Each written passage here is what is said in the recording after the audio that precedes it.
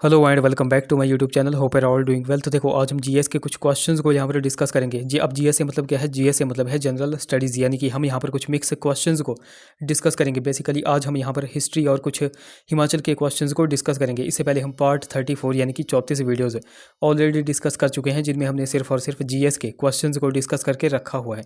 तो अगर आपने वो वाली वीडियोज़ अभी तक नहीं देखी है तो इस वीडियो के डिस्क्रिप्शन में जाएँ, वहाँ पर GS HPSSC HPPSC questions detail discuss करके लिंक दिया गया होगा। उस लिंक पर क्लिक करके आप उन वीडियोस को देख सकते हैं। बाकी आज हम पार्ट नंबर 35 को डिस्कस करेंगे और इन क्वेश्चंस को हम बिल्कुल डिटेल में डिस्कस करेंगे। बाकी अभी तक अगर आपने इस वीडियो को लाइक नहीं किया तो जरूर से इस वीडियो को लाइक कर दें। क्वेश्चन नंबर हमारा 161 है। The emblem of the imperial Cholas was. तो चोल साम्राज्य का प्रतीक चिन्ह क्या था? अब देखो, तीन ऐसे वंश हैं जिनके प्रतीक चिन्ह अक्सर एग्जाम में पूछे जाते हैं। एक तो यही हो गया चोल साम्राज्य, उसके बाद आपसे पूछा जाता है चेर साम्राज्य, और उसके बाद आपसे पूछा जाता है पांड्य साम्राज्य। तो इन तीनों का आपको पता होना चाहिए। सबसे पहले यहाँ पर आपसे पूछा गया है कि चोल साम्राज्य का प्रतीक चिन्ह क्या था। तो चोलों का क्या था? तो चोलों का था बाघ, यानी कि आप कह सकते हो शेर। सो ऑप्शन सी देखो यहाँ पर बिल्कुल करेक्ट हो जाएगा। अब देखो, कई बार आपसे पूछा जाता है कि चेर साम्राज्य का प्रतीक चिन्ह क्या था। तो चेरों का भी आपको नोट रखना है। चेरों का था धनुष। क्या था? धनुष। फिर पांड्य राजाओं का भी पूछा जाता है कि पांड्य राजाओं का प्रतीक चिन्ह क्या था। तो पांड्य राजाओं का प्रतीक चिन्ह था मछली। तो इन तीनों का आपको नोट रखना है। इन तीनों से बहुत बार एग्जाम में क्वेश्चन बनते ही बनते हैं। अच्छा, चोल साम्राज्य की यहाँ पे बात की गई है, तो चोल साम्राज्य का संस्थापक कौन था? तो देखो, चोल साम्राज्य का संस्थापक था विजयालय। और जो उसने जो है तो राजधानी कहाँ पर बनाई थी? तो उसने राजधानी जो है तो तंजौर, या फिर आप कह सकते हो तंजावुर, यहाँ पर जो है तो स्थापित की थी। तो ये सारे के सारे बेसिक से पॉइंट्स हैं, ये आपको नोट रखने हैं। अगला question, the first medieval ruler to propound the divine theory of kingship was. तो पहला मध्ययुगीन शासक कौन था जिसने राजा के दैवी सिद्धांत का प्रतिपादन किया था? तो वो कौन था? तो वो था बलबन। ऑप्शन सी यहाँ पर करेक्ट हो जाएगा। अब देखो, बलबन से भी बहुत सारे क्वेश्चंस बनते हैं जो कि हम बार बार डिस्कस करते रहते हैं। सबसे पहला क्वेश्चन कि बलबन बलबन को उलूग खां की उपाधि किसने दी थी? तो देखो, बलबन को उलूग खां की उपाधि उसके दामाद ने दी थी, और उस दामाद का नाम क्या था? उस दामाद का नाम था नसीरुद्दीन महमूद।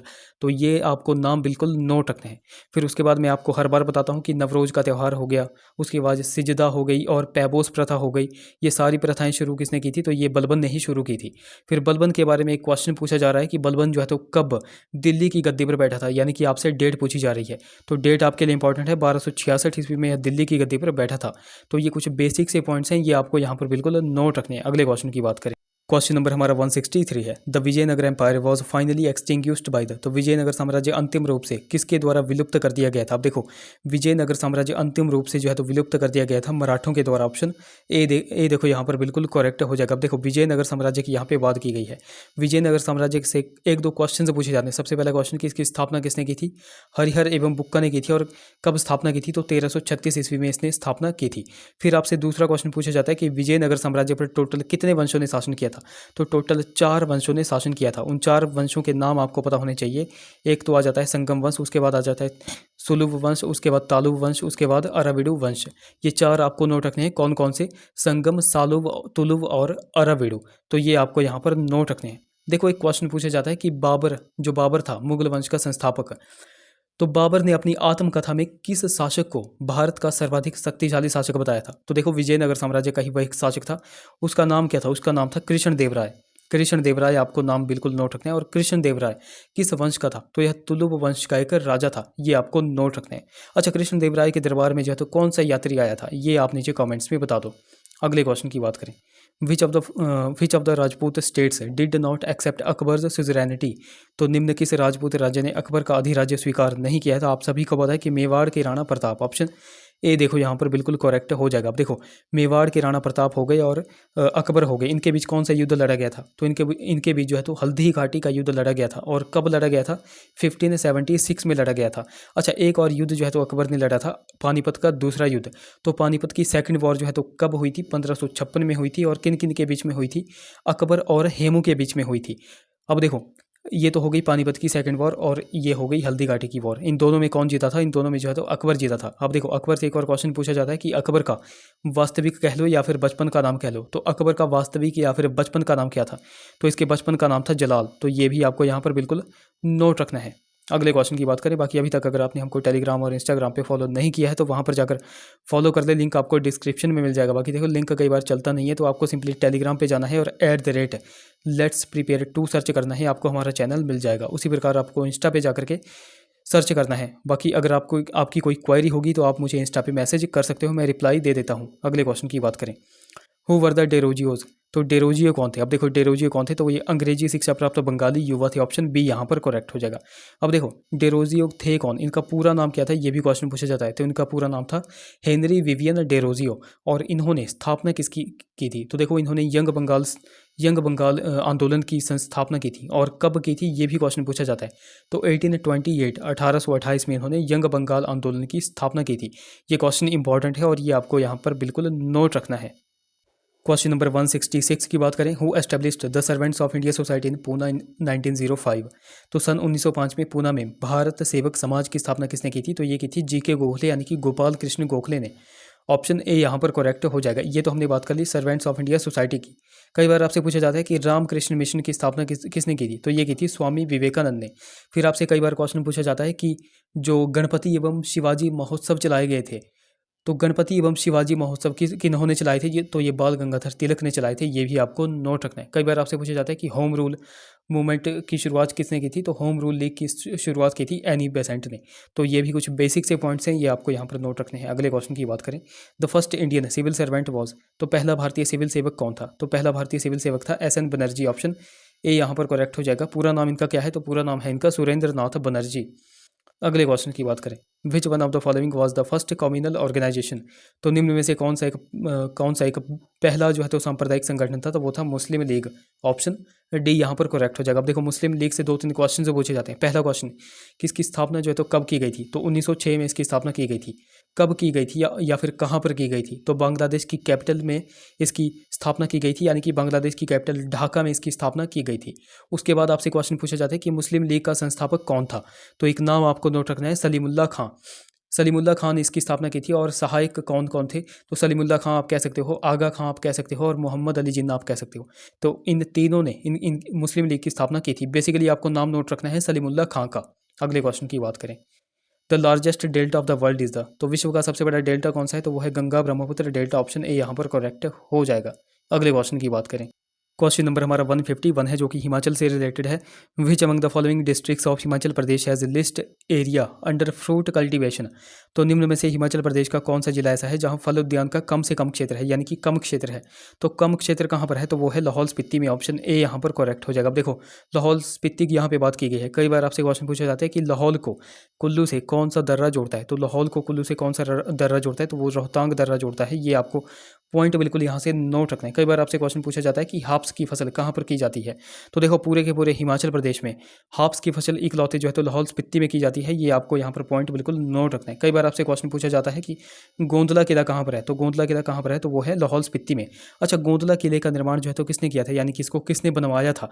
तो देखो इसको कुल्लू का एक राजा था, उसका नाम था मान सिंह, उसने जो है तो इसको बनवाया था। ये भी आपको पॉइंट यहाँ से बिल्कुल नोट रखना है।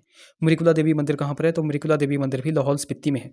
अच्छा, ताबो मोनेस्ट्री का निर्माण जो है तो कब किया गया था और किसने किया था? ये आप नीचे कमेंट्स में बता दो, हमने बहुत बार डिस्कस किया हुआ है। अगला हमारा क्वेश्चन है, in which of the following range Rohtang Pass is located. तो निम्न किस पर्वतमाला में रोहतांग दर्रा जो है तो मौजूद है? तो वो है पीर पंजाल रेंज में। ऑप्शन डी यहाँ पर बिल्कुल करेक्ट हो जाएगा। रोहतांग दर्रा कहाँ पर है? तो रोहतांग दर्रा जो है तो पीर पंजाल रेंज में स्थित है। अगले क्वेश्चन की बात करें, which of the following was the first king of Mandi district of Himachal प्रदेश।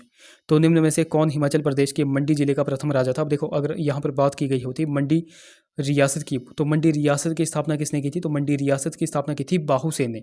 ये आपको पॉइंट नोट रखना है। अब यहाँ पर मंडी जिले की बात की गई है तो उसकी स्थापना की है अजबर सेन ने। ऑप्शन सी यहाँ पर बिल्कुल करेक्ट हो जाएगा। ऑफिशियल आंसर की के अकॉर्डिंग भी ऑप्शन सी ही करेक्ट है। ये आपको पॉइंट नोट रखना है। अच्छा, अजबर सेन ने जो है तो मंडी स्टेट या फिर आप कह सकते हो मंडी सिटी की स्थापना कब की थी? तो 1527 में इसने मंडी स्टेट या फिर मंडी सिटी की स्थापना की थी। ये आपको पॉइंट नोट रखना है।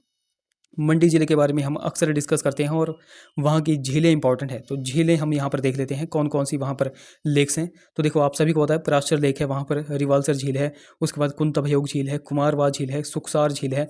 अच्छा, घाटी भी है वहाँ पर। कौन सी घाटी है? तो वो है बल्द घाटी। बल्द घाटी कहाँ पर है? सबसे उपजाऊ घाटी है पूरे के पूरे हिमाचल प्रदेश की। तो वो है मंडी डिस्ट्रिक्ट में।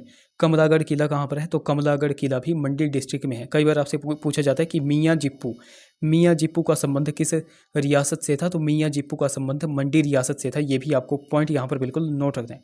अच्छा, विक्टोरिया पुल कहाँ पर है? तो देखो विक्टोरिया पुल भी मंडी में है। कहाँ पर? मंडी में। अच्छा, विक्टोरिया पुल का निर्माण किसने किया था? ये आप नीचे कमेंट्स में बता दो, और कब किया था निर्माण वो भी आप यहाँ पर बता दो। वो जो विक्टोरिया पुल था उसका निर्माण जो है तो कब किया गया था और किस राजा के शासनकाल में किया गया था, ये आप नीचे कमेंट्स में बता दो। हमने बहुत बार यह भी क्वेश्चन डिस्कस किया हुआ है। अगले क्वेश्चन की बात करें, which of the following places receives highest rainfall in Himachal Pradesh? तो हिमाचल प्रदेश में निम्न में से कौन सा स्थान ऐसा है जहां सबसे अधिक वर्षा होती है? तो सबसे अधिक वर्षा होती है धर्मशाला में। ऑप्शन बी यहाँ पर करेक्ट हो जाएगा। और सबसे कम वर्षा कहाँ पर होती है? तो सबसे कम वर्षा होती है स्पीति में। ये भी आपको यहाँ पर बिल्कुल नोट रखना है। अगले क्वेश्चन की बात करें, सो क्वेश्चन हमारा 155 है, from which of the following passes Sutlej enters Himachal Pradesh? तो निम्न किस दर्रे से सतलुज जो है तो हिमाचल प्रदेश में जो है तो प्रवेश करती है? तो वो करती है शिपकिला दर्रे से। ऑप्शन सी करेक्ट हो जाएगा, जो कि कहाँ पर है? तो वो है किन्नौर में। अगले क्वेश्चन की बात करें, which of the following lakes is famous as mini Switzerland? तो निम्न में से कौन सी झील जो है तो मिनी स्विट्जरलैंड के नाम से जानी जाती है? तो वो है खजियार लेक, जो कि कहाँ पर है? वो है चंबा में। सो ऑप्शन डी यहाँ पर देखो बिल्कुल करेक्ट हो जाएगा। अगले क्वेश्चन की बात करें, the industrial estate of Parwanoo is located in district of? तो परवाणु का औद्योगिक परिसर जो है तो किस जिले में स्थित है? तो वो है सोलन जिले में स्थित। ऑप्शन बी यहाँ पर देखो करेक्ट हो जाएगा। अगले क्वेश्चन की बात करें, which of the following hydro electricity project is not related with Beas river? तो निम्न में से कौन सी जल विद्युत परियोजना जो है तो ब्यास नदी से संबंधित नहीं है? अब देखो ब्यास नदी से संबंधित नहीं पूछा गया है। अब देखो बस्ती परियोजना की अगर बात की जाएगी, बस्ती परियोजना कहाँ पर है? तो वो मंडी जिले में है और ब्यास नदी पर निर्मित है। ऑप्शन सी में देकर के रखा है लारजी। तो देखो लारजी परियोजना कहाँ पर है? तो यह कुल्लू में है और ब्यास नदी पर निर्मित है। ऑप्शन डी में है बनेड़। तो बनेड़ परियोजना कहाँ पर है? तो यह कांगड़ा में है और बनेड़ या फिर आप कह सकते हो बनेड़ जो है तो बनेड़ खड्ड पर निर्मित है, जो कि ब्यास की सहायक नदी है। अब देखो ऑप्शन बी में है गुम्मा। तो इस क्वेश्चन का वैसे तो राइट ऑप्शन होना चाहिए ऑप्शन बी यहाँ पर गुम्मा। इस क्वेश्चन को देखो स्क्रैप कर दिया गया है। अब जो भी बच्चे जो है तो मंडी जिले से संबंधित है, जिनके नज़दीक जो है तो गुम्मा परियोजना है, वो नीचे कमेंट्स में लिख दें कि क्या गुम्मा परियोजना ब्यास नदी पर निर्मित है या फिर नहीं है। ये आप नीचे कमेंट्स में बता दें। अगले क्वेश्चन की बात करें, क्वेश्चन हमारा 159 है, which of the following festivals comes when maize crop is ready for harvesting? तो निम्न में से कौन सा त्यौहार मकई ज्वार की फसल तैयार होने पर जो है तो आता है? अब देखो जब मक्का तैयार हो जाता है तो कौन सा त्यौहार आता है? तो वो आती है सैर। ऑप्शन डी यहाँ पर देखो बिल्कुल करेक्ट हो जाएगा। अगले क्वेश्चन की बात करें, on which of the following dates Himachal Pradesh became a centrally administered territory? तो निम्न की स्थिति को हिमाचल प्रदेश को एक केंद्र प्रशासित प्रदेश बनाया गया था। अब देखो यहाँ पर आपको कंफ्यूज नहीं होना है, यहाँ पर केंद्र प्रशासित पूछा गया है, ना कि केंद्र शासित पूछा गया है। अब अगर प्रशासित पूछा गया है यानी कि कब जो है तो हिमाचल को सेंटर के एंटर किया गया था, तो 15 अप्रैल 1948 को जो है तो केंद्र के अंदर इसको लाया गया था। सो ऑप्शन ए देखो यहाँ पर बिल्कुल करेक्ट हो जाएगा। अब देखो यहाँ से कुछ एक क्वेश्चन पूछे जाते हैं, मैं आपको सीक्वेंस में यहाँ पर बता देता हूँ। देखो सबसे पहले हिमाचल को मुख्य आयुक्त का प्रांत बनाया गया था, यानी कि चीफ प्रोविंस बनाया गया था। तो मुख्य आयुक्त का प्रांत कब बनाया गया था? 1948 में। उसके बाद हिमाचल को ग श्रेणी का राज्य बनाया गया था, सी पार्ट बनाया गया था, तो 1951 में बनाया गया था। उसके बाद हिमाचल को केंद्र शासित प्रदेश बनाया गया। तो केंद्र शासित प्रदेश कब बनाया गया? 1951 में। उसके बाद जाकर के हिमाचल प्रदेश को एक पूर्ण राज्य का दर्जा दिया गया था। कब दिया गया था? 1971 25 जनवरी 1971 को हिमाचल को पूर्ण राज्य का दर्जा दिया गया।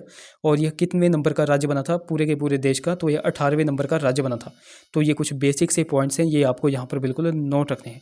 तो देखो गाइस, ये थे हमारे कुछ क्वेश्चंस। आई होप वो वीडियो आपको इन्फॉर्मेटिव लगी होगी। अगर वीडियो अच्छी लगी है तो जरूर से इसे लाइक करें, शेयर करें, चैनल को सब्सक्राइब करें, साथ में हमें टेलीग्राम और इंस्टाग्राम पे फॉलो करना बिल्कुल भी ना भूलें। तो चलिए मिलते हैं अगली वीडियो में। Till then take care.